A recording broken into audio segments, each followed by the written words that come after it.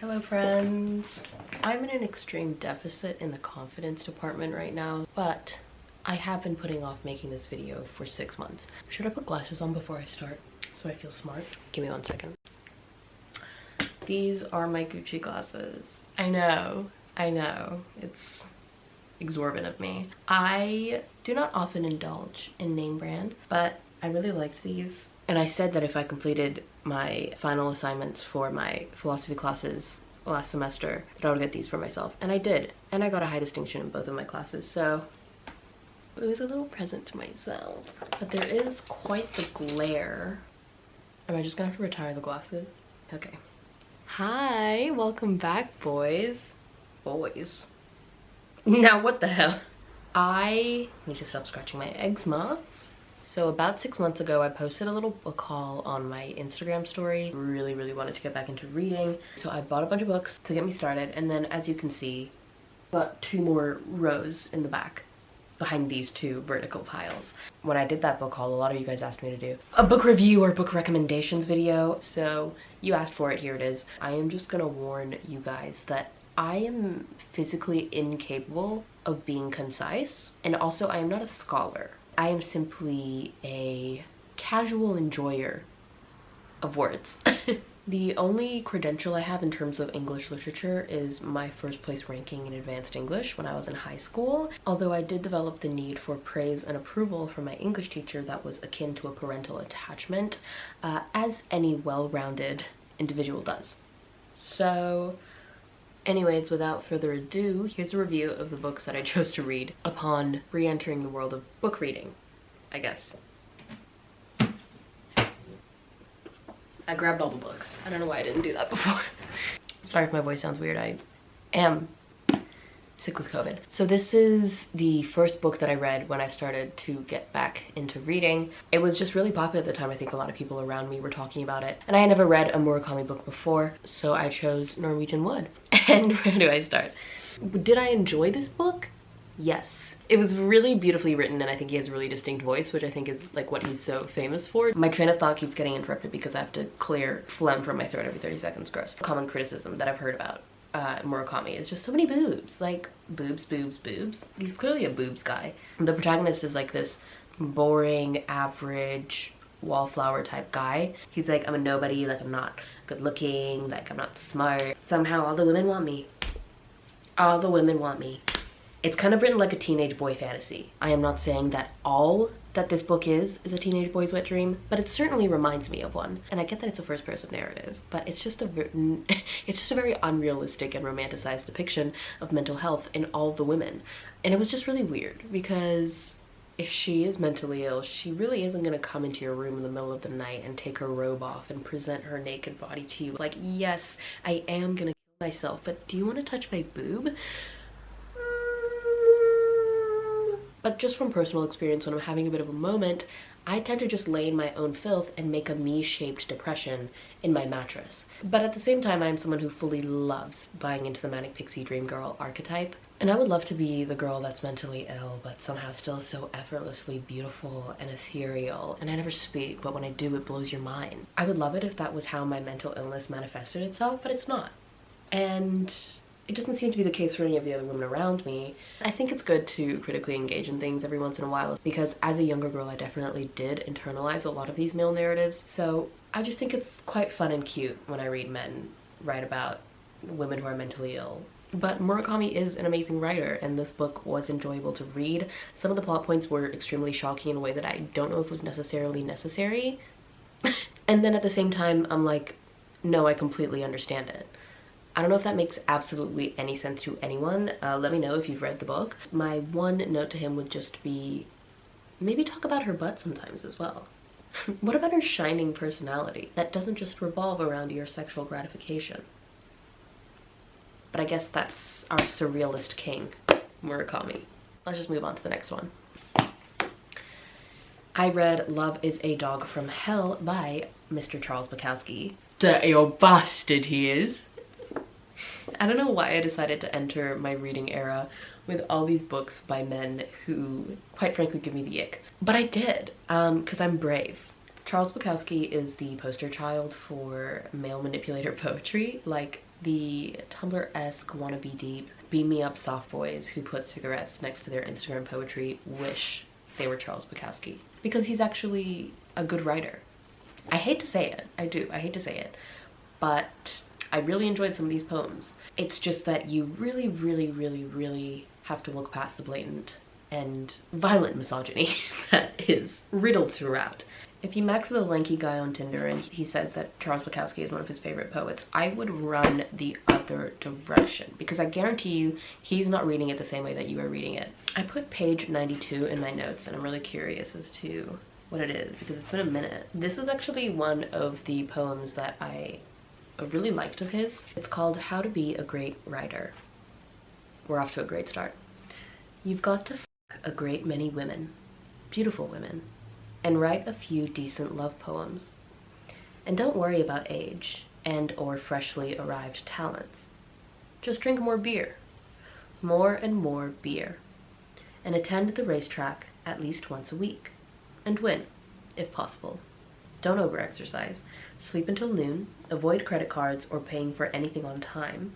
Remember that there isn't a piece of ass in this world worth over $50. I enjoyed reading that in a cadence similar to the Gone Girl monologue. Reading this book is like taking a peek inside the brain of someone who honestly I think is completely aware of how horrible he is, but at the same time just doesn't care. Some of his poems are really good, and I find it really, really interesting when I actually get to catch a glimpse of his humanity in his poems. Snaggletooth, I think, is a really good example of that. When I read that, I was like, okay, you have feelings, perhaps. In one poem, he's extremely vulnerable and he actually shows genuine emotion, and you start to feel like you can empathize and you can kind of understand him. And then you turn the page and he's writing a poem about driving past a bus stop and staring at schoolgirls' legs and wishing that he could kiss them, and you're like, ah, there it is, the duality of man. I think that's a near perfect encapsulation of my reading experience of Love is a Dog from Hell. But I definitely find it really interesting when I read books like this and I get to take a look inside the minds of men that I definitely would probably never ever engage with in real life. This book kind of reminded me of Oxygen Thief, which was a book that is very controversial and polarizing that was published anonymously. I definitely read that book when I was too young, way too young to read that, and I didn't quite understand, but I read it with the same intrigue. These men are obviously terrible people, but at the same time it's so fascinating and I just can't seem to tear myself away. Like it's like a sick curiosity, you know, like staring at roadkill. So I have a real love-hate relationship with Bukowski because it's kind of like how you would feel about your like old racist grandfather who, you know, he's your grandfather, he's old, he's a little bit problematic, but occasionally he cracks a joke and you laugh and you're like, you're kind of funny. I kind of like you, old man. I'm just gonna get these deeply unsettling books out of the way first. The next book I read was Lolita, okay? In this day and age, we all know what this damn book is about. And I'm hoping that we have all progressed past our 2013 Tumblr phases. Humbert, he wraps up this extremely vile story with elegant writing and romanticism and stunning prose. And it reminds me of Telltale Heart by Edgar Allan Poe, where he's essentially doing the same thing. If you took a high school English class, I'm assuming you've read it, but it's basically about a man who kills another man and then basically sounds extremely unhinged the entire time because he's trying to convince you that he didn't do a completely horrible thing. And that's the same as Lolita, because the story is from the offender's perspective and they're desperately trying to justify and prove to the reader that they're innocent and that they haven't done anything wrong or that they're justified in their actions, when the person who's narrating, because it is in first person narration, is clearly a terrible person. You groomed a child, you killed a man. There's no ifs, ands, or buts about it, babe. It just gives me that same like weird twisted feeling where you almost feel like you're going insane because you're reading this person trying to justify manslaughter and being a pedophile and you're like, what is going on? I first started reading this book when I was a very young teen, and I'm glad that I never got to finish it because I never did. I think it was just a bit too dense at the time for me, but I'm glad I didn't because I don't think I would have had the necessary faculties to understand the fact that this isn't a legitimate humanization and defense of Humbert's actions. It's almost like satire. It's verging on that level of ridiculousness, but I don't think I would have really taken in what was intended by the book at the ripe old age of like 13, 14 years old. I was probably too busy fending off advances from grown men myself and didn't need to read a book about it as well. Here is a quote that I wrote down here in my notes from the book that really stuck with me. It was quite frankly vile. Nabokov, you didn't have to do me like this. I need you, the reader, to imagine us, for we don't really exist if you don't. Humbert, why would you say that to me? Like, it makes you feel complicit in what he's doing. He's like, you're keeping the memory of me alive. It is truly evil and kind of ingenious. So those 3 books being the first 3 books that I read when I decided to start reading again was certainly a choice. It was certainly a choice. That book leads me into a book that I actually am very excited to talk about. It is My Dark Vanessa, and I think if you're reading either of these two for the first time, they pair really well together. Am I doing wine pairings? What is this? Not only because the author like directly references Lolita in the book, it's quite a central part of it, but this book almost runs parallel to Lolita but from the victim's perspectives, and it like shows probably the most realistic depiction of what it might be like to go through this type of grooming and manipulation, because almost in the same way that Humbert tries to justify being predatory to children, the protagonist of this book is trying to justify her relationship with her teacher to herself, because that's the only way she can live with what happened. And this is a quote from Vanessa when she's talking to her therapist about it when she's 30. I just really need it to be a love story, you know? I really, really need it to be that. Because if it isn't a love story, then what is it? It's my life. This has been my whole life. And the ending of it, I feel like, was so perfect because it's so real, and it's not this glorified revenge story. I don't want to like explain it or get into it too much, but I definitely really recommend reading My Dark Vanessa, especially if you plan on reading Lolita. I would read My Dark Vanessa immediately afterwards because I think it really helps put everything into not only a modern framework. I feel like it's, I don't know how to, oh my god. This is what I'm saying, I'm so inarticulate, I can't. It was confronting for me to read. It made me look back on a lot of relationships that I've had in the past with teachers and other things where I'm like, and I was already in the process of unpacking a lot of things in that regard, and then this book just really, really solidified it for me and sort of put it into words in a way that I wasn't able to. Yeah, I think it really speaks to how much agency teenage girls are perceived to have versus how much agency they actually have because they are children, and how this idea that girls mature so much earlier than boys do and how that's been used as a reasoning or an excuse, or I don't know. I could talk about this book for literally ever. I'm like back where I started when I first finished reading that book, like, and now I'm just like thinking about it and I'm trying to understand, because there's so many different facets to it and there's so many different things that I think that would apply to almost every girl that's ever lived. Anyways, I'm gonna move on. The next book that I want to talk about is The Stranger by Albert Camus. The thing I distinctly remember is like absolutely coming alive in the last section of the book.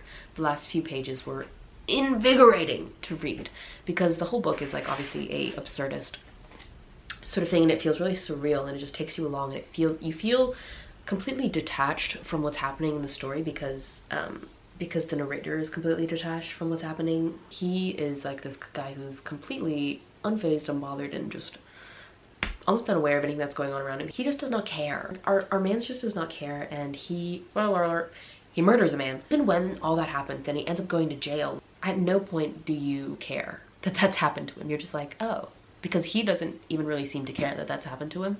And then in the last few pages, I could not put it down. I was like, I loved it. It ended the book with a bang. The whole book was essentially just a build-up to the last few pages, and it was worth every last second. Anyways, it's literally like an afternoon's read.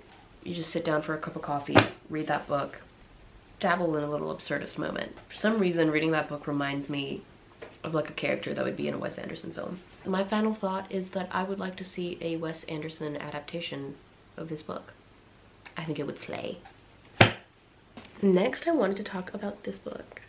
It's a pretty underground, like, indie book, so I don't know if you guys would have heard of it. It's by Frank Herbert, and it's called Dune.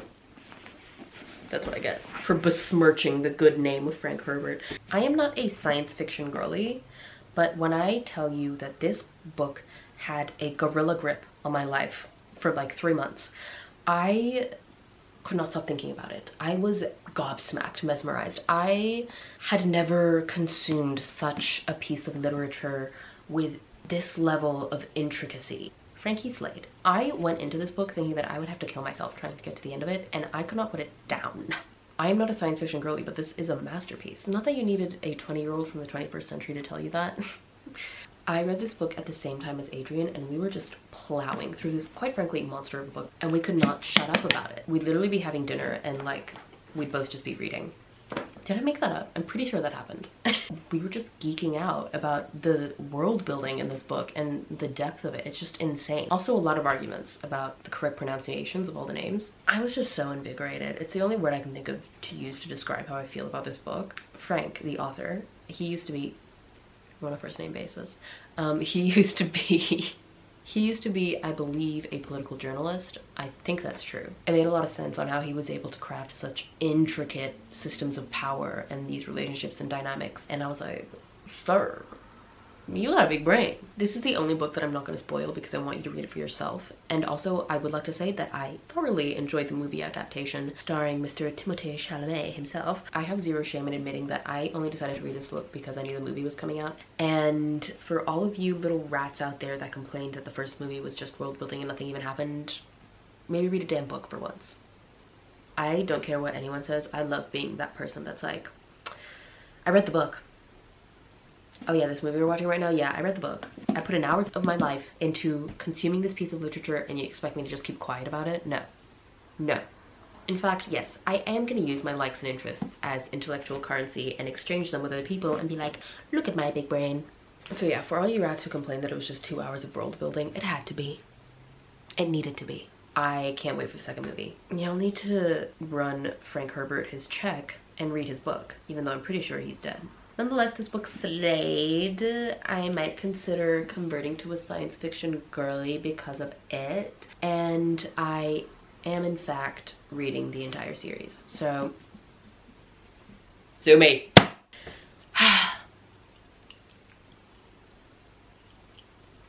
Let me know if you guys enjoyed this kind of a video, and I will be happy to make more. I have many more books to talk about. This is the current book that I'm reading by the legend herself, Eve Babbitt.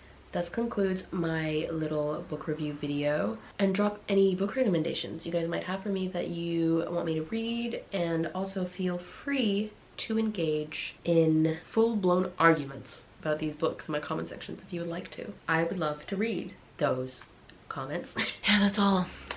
I never really know how to finish a video. It's always unnecessarily awkward.